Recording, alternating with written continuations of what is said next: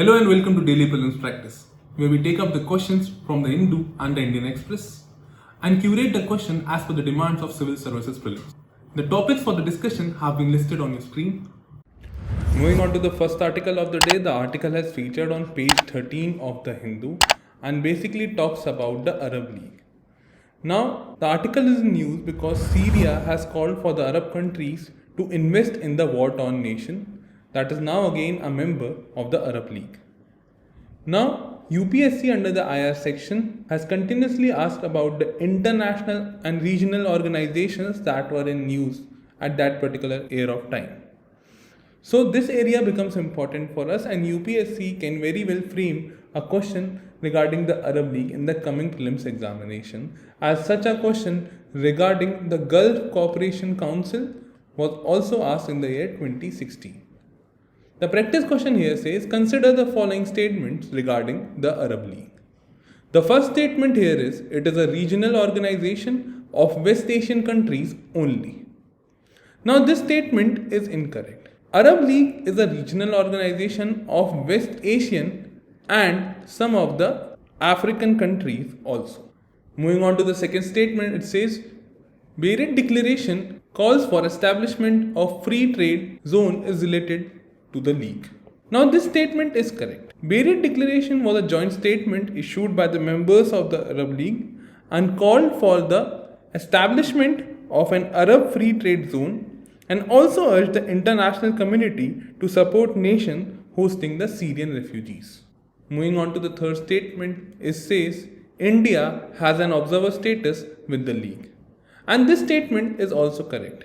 India, along with 5 other countries, has an observer status with the League. It is to remember that Arab League in the very beginning had 6 initial members, and Syria was part of initial members of the League, with other countries like that of Egypt, Iraq, Jordan, Lebanon and Saudi Arabia. The question further says, which of the following statement is or are correct?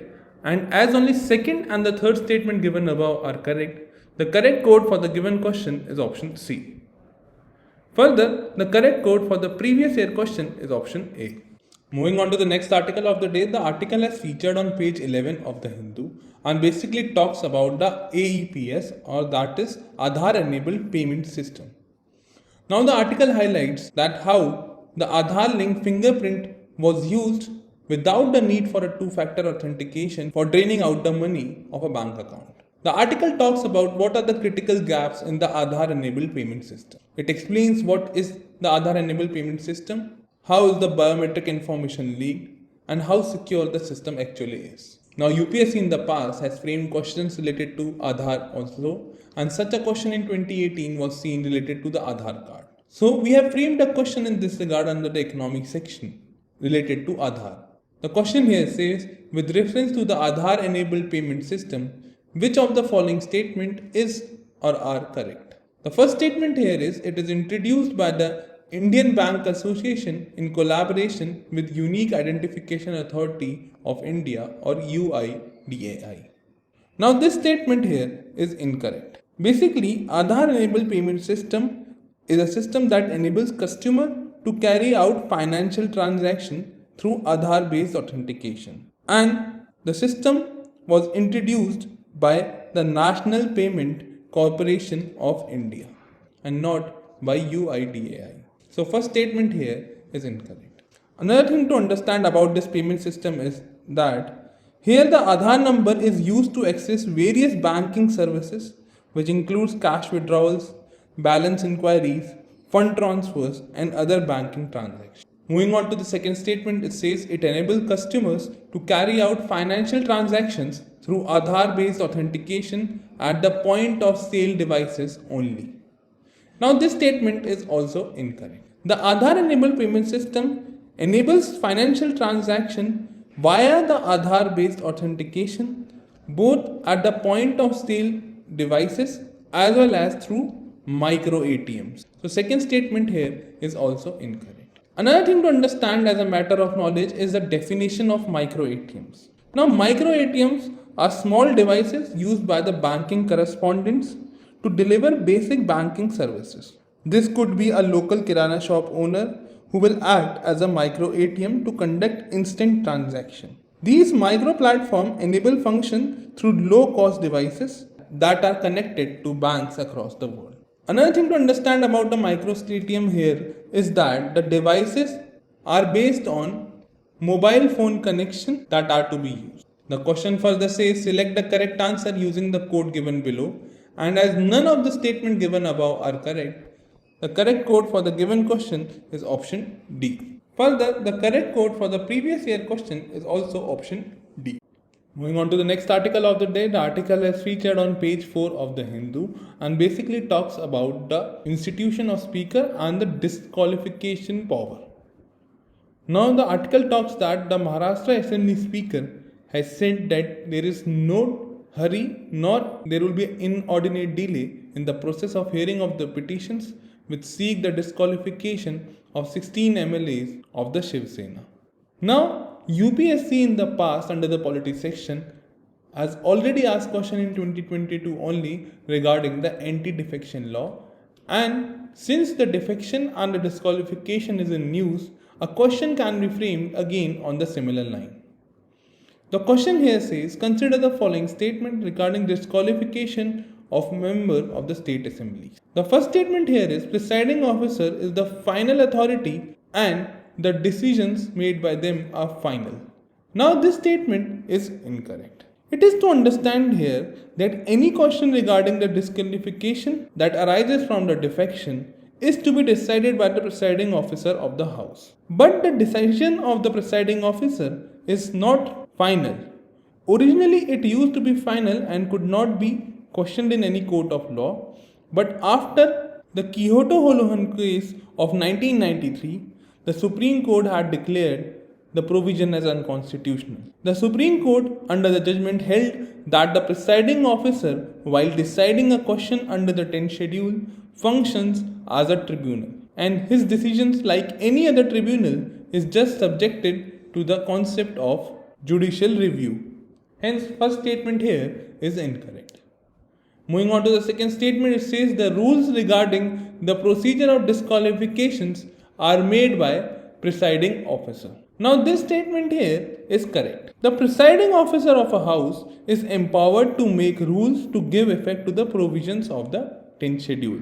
But all such rules must be placed before the house for 30 days, and it is for the house to approve, modify or to disapprove them. So second statement here is correct. Moving on to the third statement, it says that defection has an immediate and automatic effect on disqualification. Now this statement is also incorrect. As per the rules that were made, the presiding officer can take up defection only when he receives a complaint from the member of the house. Secondly, before taking any final decision, the presiding officer must give the member against whom the defection motion have been moved a chance to submit his explanation, and the presiding officer can also refer the matter to the Committee of Privileges for inquiry. So it is to understand here that defection has no immediate and automatic effect. Because first, only after a complaint is received, the action can be taken, and before taking the final decision, the member against whom the complaint has been moved has a chance to submit his explanation. So third statement here is also incorrect. Moving on with the question, it says which of the following statement is or are correct, and as only second statement here is correct, the correct code for the given question is option C. Further, the correct code for the previous year question is option B. Moving on to the next article of the day, the article is featured on page 17 of the Indian Express and basically talks about the G6 or the government security. The article says that the RBI's switch or conversion auction of the government security has remained undersubscribed as the liquidity remained tight and the banks have demanded a higher yield. Now UPSC under the economy section has previously also asked questions related to G6 in India about their management, and such a question was seen in the year 2018 only. A practice question in this regard on similar lines can be framed. The practice question here says, consider the following statement. The first statement here is treasury bills are zero coupon securities and pay no interest. Now this statement here is correct.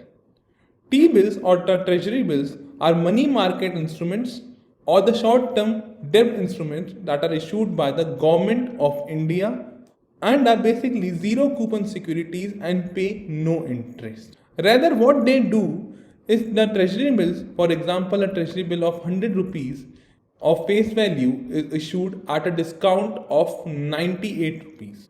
Now the discount here is of 2 rupees, which is to be redeemed at the time of maturity. This statement could also have been solved if the previous year question could have been attempted, as the statement third here said that the treasury bills offers are issued at a discount from the par value, which is a correct statement. Moving on to the second statement, it says treasury bills can only be issued by the central government but not the state governments, and which is again a correct statement, as in India, treasury bills as well as the bond or the dated securities can be issued by the central government.